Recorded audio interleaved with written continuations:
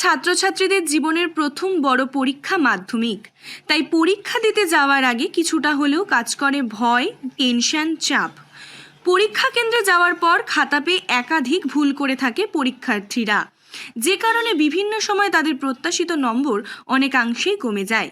কিভাবে পরীক্ষার খাতা জমা দিলে পরীক্ষকের কাছে বাড়তি গুরুত্ব মিলবে, নম্বরেও মিলবে অ্যাডভান্টেজ, জানালেন বিভিন্ন স্কুলের শিক্ষক শিক্ষিকারা। তো প্রথমে পরীক্ষা দেবে এবং 3 ঘন্টা 15 মিনিটের পরীক্ষা তোমরা জানো। প্রথমে কোশ্চেন দিয়ে দেবে 15 মিনিট দেখার জন্য, তারপরে তোমার খাতা দেবে, তোমরা খাতা পেয়ে লিখতে শুরু করবে। তো প্রথমে কোশ্চেন দিল, কোশ্চেন নিয়েই সবাই প্রথমে দেখলে কি হয়, অনেকে জানা প্রশ্ন আসে, অনেক সময় একটু কোশ্চেন জানা অথচ ঘুরিয়ে দেয়। তো প্রথমে টেন্স হয়ে যাও, ঘাবড়ে যাও যে কী করবো, একটা ভয়ের ভীতি কাজ করে।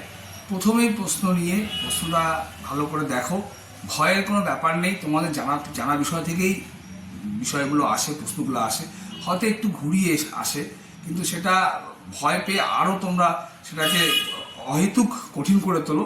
তাই খুব শান্তভাবে, সবসময় মনে রাখবে, খুব শান্ত যে ব্যাপারটা সেটা বজায় রাখতে হবে। পরীক্ষা হলে মাথা একদম স্থির হতে হবে এবং শান্তভাবে প্রশ্নটা পড়বে। যেটা পারছো ভালো কথা, না পারলে পরে দেখা যাবে। এরপরে খাতা যখন পাবে, খাতাটা সুন্দর করে তোমাদের যা খাতার নাম, রোল নাম্বার, ইয়ার, সাবজেক্ট সুন্দরভাবে লিখবে। এই জন্য তোমরা মনে রাখবে, তোমরা এক্সামিনের কাছে খাতাটা এত সহজভাবে তুলে ধরবে বা তাকে যেন কোনো অসুবিধা পড়তে না হয়।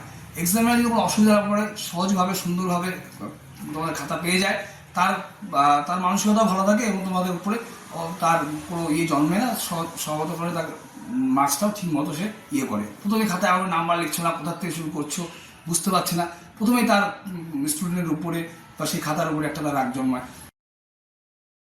শিক্ষিকা ঝিলিক দাস জানাচ্ছেন, নির্দিষ্ট দাগ নম্বর বাম দিকে লিখে প্রশ্নের উত্তর লেখা শুরু করতে হবে। পার্ট নম্বরের উত্তর লিখতে গেলেও দাগ নম্বর লিখতে হবে, সেক্ষেত্রে উত্তরপত্রে ভুল হওয়ার সম্ভাবনা কম থাকে।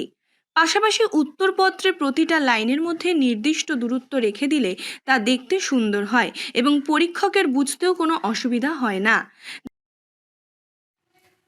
ঠান্ডা মাথায় পরীক্ষা দিতে হবে, সবচেয়ে ইম্পর্টেন্ট, মাথা ঠান্ডা রাখতে হবে, ঠিক আছে। তারপর যতটা পারবি পরিষ্কার ভাবে লিখতে হবে, যতটা সম্ভব একদম কাটাকুটি না করে খাতাটা পরিষ্কার রেখে হাতের লেখাটা সুন্দর করতে হবে, যতটা পারবি কম কাটাকুটি করে লেখার চেষ্টা করতে হবে, মার্জিন টানতে হবে। আর ম্যাথস এক্সামের টাইমে ম্যাথসের যে পার্ট গুলো হয় সেগুলো একদম পার্ট টু পার্ট রাখতে হবে, ঠিক আছে। পার্ট মানে এদিক ওদিক যেন না হয়, পার্টের সাথে পার্ট একদম ম্যাথ করে লিখতে হবে। আর পয়েন্টস গুলোকে ঠিক রাখতে হবে, পয়েন্টস গুলো খুব ইম্পর্টেন্ট, পয়েন্টস গুলোকে মেনটেন করে লিখতে হবে। লেখার সময় বানান বা লেখার লাইনের দিকে খেয়াল রাখতে হবে, যাতে এঁকে বেঁকে না যায়। ভুল হওয়া স্বাভাবিক, ভুল বানান বা কোনো ভুল হলে কখনোই হিজিবিজি করে কাটবে না উত্তরপত্র। শুধুমাত্র ভুল বানান বা লাইনের ওপর একটা লাইন টেনে দিলেই হবে। পরীক্ষার জন্য শুধুমাত্র নীল ও কালো কালির পেনই ব্যবহার করা উচিত। শর্ট কোশ্চেনগুলো যেগুলো থাকে সেগুলো সঠিকভাবে অ্যান্সার করা, এই জন্য বিশেষ প্র্যাকটিসের দরকার। শর্ট কোশ্চেনগুলো ঠিকঠাক প্র্যাকটিস করলে 90-এর মধ্যে যে 36 নম্বরের শর্ট কোশ্চেন থাকে, সেই 34-এ প্রায় 36ই পাওয়া যায়। বা আমি যেটা বললাম যে 98 থেকে 100 নম্বর পাওয়া খুবই সহজ, সেই নাম্বারটা পেতে গেলে অন্যতম শর্ত হচ্ছে এই 36 নম্বরের মধ্যে 36 নম্বরই তুলতে হবে, এখানে যেন ভুল না হয়। প্রশ্নগুলো খুবই সহজ হয়, বিভিন্ন টেস্ট পেপার বা প্রত্যেকটা চ্যাপ্টার যদি সঠিকভাবে পড়া যায় তাহলে এখানে 36-ই পাওয়া যাবে। আর যেখানে ছবি প্রাসঙ্গিক সেখানে ছবি দেওয়া উচিত। ছবি দেওয়ার সময় অবশ্যই পেন্সিল দিয়ে ছবিগুলো আঁকতে হবে। প্রত্যেকটা গ্রুপে একটা করে একটা গ্যাপ থাকবে, যাতে এক্সামিনার খাতাটা সুন্দরভাবে দেখতে পারে বা তিনি যেন বুঝতে পারেন যে একটা গ্রুপ চেঞ্জ হয়ে আরেকটা গ্রুপে আমি আসছি, তাতে স্কোরিং করতে সুবিধা হয়। এই বিষয়গুলিকে নজর রাখলেই মাধ্যমিক পরীক্ষার খাতায় পরীক্ষার্থীদের মিলতে পারে বাড়তি নম্বর। উত্তর 24 পরগনা থেকে রুদ্র নারায়ণ রায়ের রিপোর্ট, লোকাল 18 বাংলা।